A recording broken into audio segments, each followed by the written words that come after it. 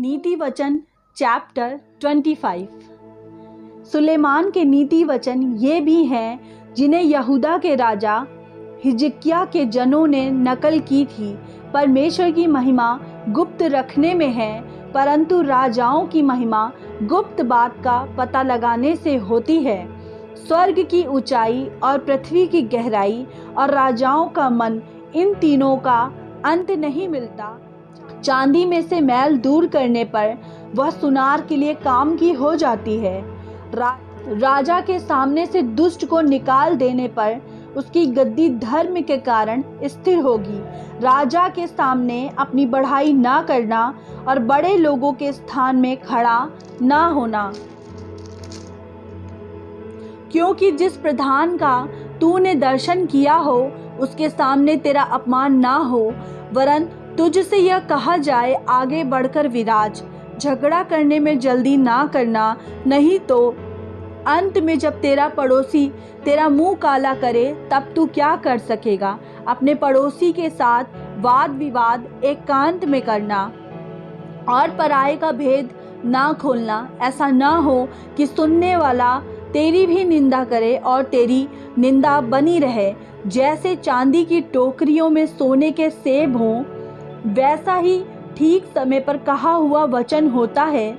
जैसे सोने का नथ और कुंदन का जेवर अच्छा लगता है, वैसे ही मानने वाले के कान में बुद्धिमान की डांट भी अच्छी लगती है।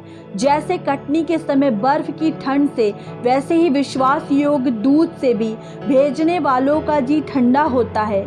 जैसे बादल और पवन बिना वृष्टि निर्लाभ होते हैं, वैसे ही झूठ मूठ दान देने वाले का बढ़ाई मारना होता है। धीरज धरने से न्याय मनाया जाता है और कोमल वचन हड्डी को भी तोड़ डालता है। क्या तूने मधु पाया तो जितना तेरे लिए ठीक हो उतना ही खाना। ऐसा ना हो कि अधिक खाकर उसे उगल दे। अपने पड़ोसी के घर में बारंबार जाने से अपने पाँव को रोक। ऐसा ना हो कि वह खिन्न होकर घृणा करने लगे जो किसी के विरुद्ध झूठी साक्षी देता। वह मानो हथौड़ा और तलवार और पैना तीर है। विपत्ति के समय विश्वासघाती का भरोसा टूटे हुए दांत या उखड़े पांव के समान है। जैसा जाड़े के दिनों में किसी का वस्त्र उतारना या सज्जी पर सिरका डालना होता है, वैसा ही उदास मन वाले के सामने गीत गाना होता है।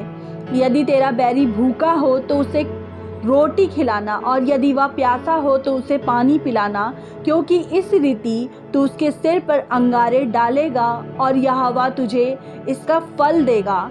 जैसे उत्तरी वायु वर्षा को लाती है, वैसे ही चुगली करने से मुख पर क्रोध छा जाता है। लंबे चौड़े घर में झगड़ालू पत्नी के संग रहने से छत के कोने पर रहना उत्तम है। जैसा थके मांदे के प्राणों के लिए ठंडा पानी होता है, वैसे ही दूर देश से आया हुआ शुभ समाचार भी होता है। जो धर्मी दुष्ट के कहने में आता है, वह गंदले सोते और बिगड़े हुए कुंड के समान है। बहुत मधु खाना अच्छा नहीं, परंतु कठिन बातों की पूछ पाछ महिमा का कारण होती है। जिसकी आत्मा वश में नहीं, वह ऐसे नगर के समान है जिसकी शहरपना घेराव करके तोड़ दी गई हो।